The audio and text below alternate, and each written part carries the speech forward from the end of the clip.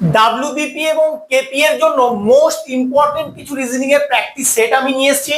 যে প্রবলেমগুলো করাবো তোমরা কিন্তু এইরকম লজিক্যাল প্রবলেম অবশ্যই দেখতে পাবে, কোশ্চেন পেপার পেয়েই দেখতে পাবে এই টাইপের প্রবলেম কিন্তু তোমাদের এসছে। তাহলে আসো দেখে নেই কি প্রবলেমগুলো আমার আছে। আমি আমার 9 নম্বর সেটটা করাবো, 8 নম্বর সেটটা আমি দিয়েছি। 9 নম্বর সেটটা দেখো নাম্বার সিরিজ থেকে দেওয়া আছে। ফার্স্ট প্রবলেমটা কিভাবে করবে, তুমি দেখতে পাচ্ছ নাম্বারগুলো গ্র্যাজুয়ালি ইনক্রিজ করছে। যখন এরকম ইনক্রিজিং সিরিজ দেখতে পাবে তোমাদের প্রথম কাজ হবে প্রতিটা নাম্বার থেকে পরের নাম্বারটা আসার জন্য একটা লজিক বের করা। তাহলে আসো দেখে নেই ডিফারেন্সটা বের করে কত ডিফারেন্সে নাম্বারগুলো ইনক্রিজ করছে।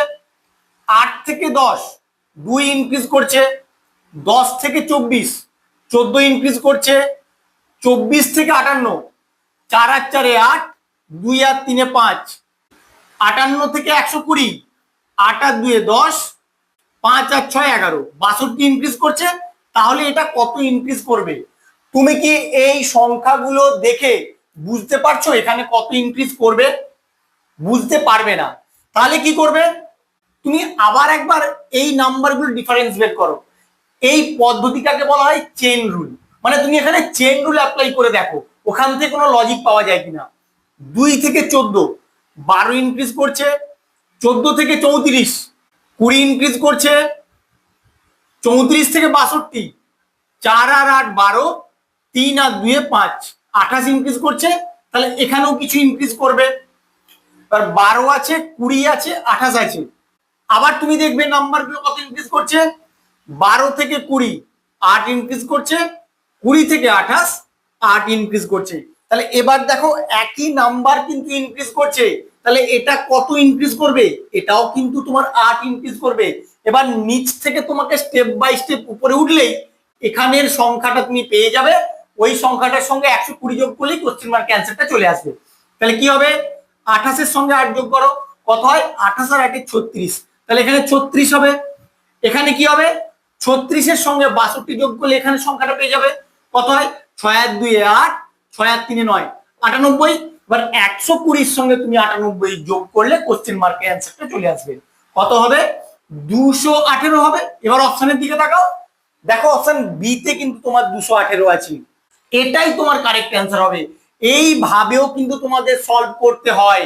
তাই চেন রুলটাও তোমাদের মাথায় রাখতে হবে। চেন রুলও কিন্তু তোমাদের পরীক্ষার সময় অ্যাপ্লাই করতে হতে পারে।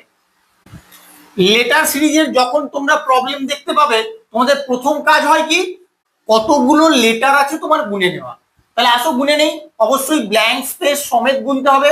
গুনে নাও 1 2 3 4 5 6 7 8 9 10 11 12 13 14 15 16 17 18।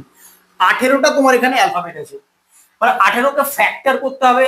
জেনারেলি কি কিভাবে হতে পারে, জেনারেলি 3 গুণ 6 অথবা 6 গুণ 3, এই দু রকমের যে কোনো এক রকম ভাবে কিন্তু তোমার আসা উচিত।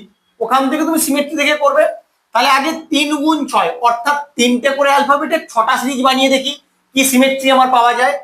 1 2 3 1 2 3 দুটো বানিয়েই তুমি আগে লক্ষ্য করবে ফার্স্ট পজিশনে কি আছে। দেখো ফার্স্ট পজিশনে আছেন এখানে, ফার্স্ট পজিশনে ডি, সিমেট্রি পাচ্ছ না। থার্ড পজিশনে আছে জি, থার্ড পজিশনে আছে কিউ, সিমেট্রি কি পাচ্ছ না। তাহলে এইভাবে তোমার বানালে হবে না। এবার 6 গুণ 3 অর্থাৎ 6টা করে অ্যালফাবেটের 3টে সিরিজ বানিয়ে দেখো ওখান থেকে সিমেট্রি পাওয়া যায় কিনা। 1 2 3 4 5 6 1 2 3 4 5 6। আমি দেখে নেবো একবার সিমেট্রিটা। ফার্স্ট প্লেস এখানে ব্ল্যাঙ্ক, সেকেন্ড প্লেসে পি, এখানেও সেকেন্ড প্লেসে পি, থার্ড প্লেসে জি, থার্ড প্লেসে জি। তাহলে সিমেট্রি পাওয়া যাচ্ছে। এবার তুমি যে যে প্লেসগুলোয় ফাঁকা আছে অন্য যেটার ফিল আপ আছে সেটা নিয়ে এসে ওখানে বসিয়ে দেবে। তাহলেই কিন্তু তোমার অ্যান্সার চলে আসবে। এখানে কত নম্বর পজিশন, দেখো 5 নম্বর পজিশন ব্ল্যাঙ্ক। 5 নম্বর পজিশনে কি আছে? ওয়াই, এখানে ওয়াই বসিয়ে দাও। এখানে 1 নম্বর ব্ল্যাঙ্ক, 1 নম্বর কি আছে? এন, এন বসিয়ে দাও। এখানে 4 নম্বর ব্ল্যাঙ্ক, 4 নম্বর কি আছে? ডি, ডি বসিয়ে দাও। হয়ে গেল। আর এখানে 1 নম্বরে ব্ল্যাঙ্ক, 1 নম্বরে এন আছে, এন বসাও। 3 নম্বর ব্ল্যাঙ্ক, 3 নম্বরে জি আছে, জি বসিয়ে দাও। তাহলে কি অ্যান্সার হলো? Y N D N G. কত নম্বর অপশনে আছে দেখো? Y N D N G, Y N D N G আছে তোমার অপশন সি তে। এটাই তোমার কারেক্ট অ্যান্সার হবে। এই রকম প্রবলেম দেওয়া আছে, প্রবলেমটা একটু ভালো করে তোমরা দেখে নাও, কারণ এই টাইপের প্রবলেম অনেকের কিন্তু আটকে যায়, কিভাবে করবে বুঝতে পারে না। আমার ভিডিওটা যদি একবার দেখো, একবার একবার দেখলে এই টাইপের প্রবলেম কোনোদিনও আটকাবে না। যতদিন তুমি বাঁচবে ততদিন তোমার মনে থাকবে। কিভাবে বলছি শুধু একবার ভালো করে শুনে নাও। দেখো কি আছে, স্প্রেড রেড কার্পেট সমান 247, ডাস্ট ওয়ান কার্পেট সমান 236, ওয়ান রেড কার্পেট সমান 234। তোমাকে কি বলেছে, স্প্রেড সমান কি হবে বের করতে বলেছে। স্প্রেডটা কোথায় আছে, কোন সেন্টেন্সে, সেটা আগে তুমি বের করো। দেখো এখানে তোমার স্প্রেড আছে, বা স্প্রেডের সঙ্গে কি কি আছে, রেড আছে আর কার্পেট আছে। এই সেন্টেন্সটার এই সেন্টেন্সটার বাঁদিকে যেমন মিল আছে, রেড আর কার্পেট, এখানে রেড এখানে রেড, এখানে কার্পেট এখানে কার্পেট, তাহলে একই রকম ভাবে ডান দিকে দেখতে হবে কোন কোন সংখ্যা দুটো একই আছে। দেখো এখানে 2 2 আর 4 4, এই সংখ্যাগুলো আমার একই আছে। এবার কোনটা রেডের কোড আর কোনটা কার্পেটের কোড সেটা কিন্তু তুমি এখান থেকে ক্লিয়ারলি বলতে পারছো না। যদি তোমাকে সেটা ক্লিয়ারলি বলতে হয়, সেটার জন্য তোমাকে এটা কাজে লাগাতে হবে। কিন্তু তোমাকে কি চেয়েছে, তোমাকে চেয়েছে স্প্রেডের কি কোড হবে, স্প্রেড সমান কি হবে বের করতে বলেছে। তাহলে তোমার তো আর দরকার নেই রেডের কোড কি আর কার্পেটের কোড কি বের করার, শুধু স্প্রেডের কোডটা তাহলে কি হবে, স্প্রেডের কোডটা হবে 7। কত নম্বর অপশন, অপশন ডি হবে তোমার এখানে কারেক্ট অ্যান্সার। তাও তোমাদেরকে বলে দিচ্ছি কিভাবে তোমরা বুঝবে যে কোনটা রেডের কোড আর কোনটা কার্পেটের কোড। তাহলে আসো একটু দেখে নিই। দেখো এই সেন্টেন্সটার এই সেন্টেন্সটায় এখানে বাঁ দিকে কি মিল আছে, বাঁ দিকে হচ্ছে এখানে কার্পেট আছে এখানে কার্পেট আছে। তাহলে ডান দিকে দেখবো কোন সংখ্যা দুটোর মিল আছে। দেখো ডান দিকে মিল আছে, এখানে 2 আর এখানে 2, তাহলে কার্পেটের কোড কত 2, এটা তোমার এখান থেকে পরিষ্কার একদম। আর কি, তাহলে বাকি যেটা থাকলো, দেখো এখানে যে রেড ছিল, এই যে রেড আমি ট্রায়াঙ্গেল দিয়ে বোঝাচ্ছি, এখানে রেড, রেডের কোড কি হবে, কারণ এই দুটোর বাঁ দিকে মিল। কার্পেটের কোড তুমি পেয়ে গেছো কত 2, তাহলে এটা তোমার কার্পেটের কোড। তাহলে বাঁ দিকে রেড আর রেড মিল হলে ডান দিকেও মিল হবে সংখ্যায়। কি আছে, এই যে 4 আর এইখানে 4, তাহলে অবশিষ্ট তোমার কি থাকলো 7 থাকলো। তাই স্প্রেডের কোড আমি 7 বললাম, এই দুটো সেন্টেন্স থেকেই ডাইরেক্ট। শুধু প্রতিটা কি করে আসছে সেটা তোমাদেরকে ইলাবোরেটলি বললাম, একবার দেখলেই তোমরা বুঝতে পারবে। যাদের কাউন্টিং ফিগার সম্বন্ধে কনসেপ্ট ক্লিয়ার নেই তারা কিন্তু এটা কতগুলো ত্রিভুজ আছে কখনোই খুঁজে বের করতে পারবে না।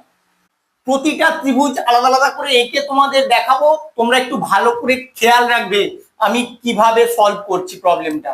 তাহলে আসো দেখে নেই।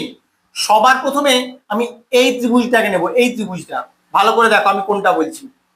এই ত্রিভুজটা, এই ত্রিভুজটা কটা ত্রিভুজ আছে, এখানে নাম্বারিং করবে 1, এখানে নাম্বারিং করবে 2, যে নাম্বার হলো সেইগুলোকে যোগ করে দিলেই বেরিয়ে যাবে। এখানে 3টে ত্রিভুজ আছে, কিরকম ভাবে আসছে সেটা একটু বলে দিচ্ছি। এই একটা, এই একটা, দুটো আর বড়টা একটা, 3টে। তাহলে এই টাইপের ফিগার যেখানেই থাকবে তোমার 3টে করে ত্রিভুজ উৎপন্ন হবে।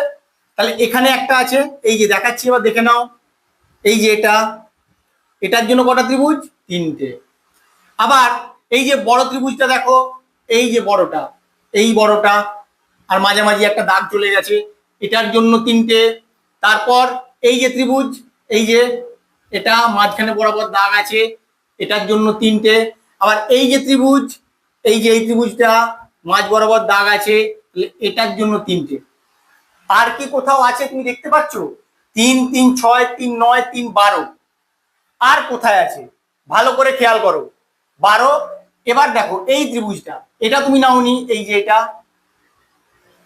মাঝ বরাবর দাগ ছিল, 12 আর 3 15।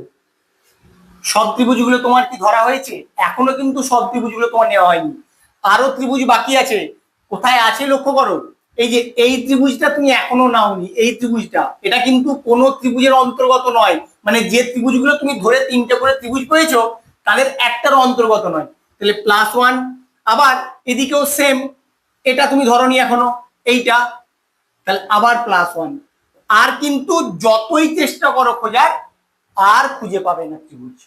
তাহলে কতগুলো ত্রিভুজ হচ্ছে তুমি গুনে নাও এবার, 1 2 3 4 5, 5 3 15, 15 1 16 আর 1 17। এটাই 17টা ত্রিভুজ আছে, অপশন বি হবে তোমার এখানে কারেক্ট অ্যান্সার। খুব ভালো করে খেয়াল রাখো আমি কি কনসেপ্ট দিয়ে এটাকে সলভ করলাম। যখন তুমি দেখতে পাবে একটা অনেক বড় সংখ্যা থেকে তুলনামূলক যথেষ্ট ছোট সংখ্যা হচ্ছে, তোমাকে বুঝতেই হবে যে এর ডিজিট গুলো নিয়ে কিছু কাজ করা আছে। আর তুমি কিছু ভাববে না, একদম ডিজিট গুলো নিয়েই তোমাকে বের করতে হবে। 7, 2 আর 9 এই তিনটে ডিজিট থেকে কিভাবে 23 আসে তার একটা লজিক তোমাকে ডেভেলপ করতে হবে। কি করে হতে পারে? তুমি যদি যোগ করো 7 আর 2 এ 9, 9 আর 9 18, কিন্তু কত আছে 23, হবে না। তাহলে এখানে যদি এর স্কোয়ার করে দাও তাহলে 7 আর 4 11, 11 আর 9,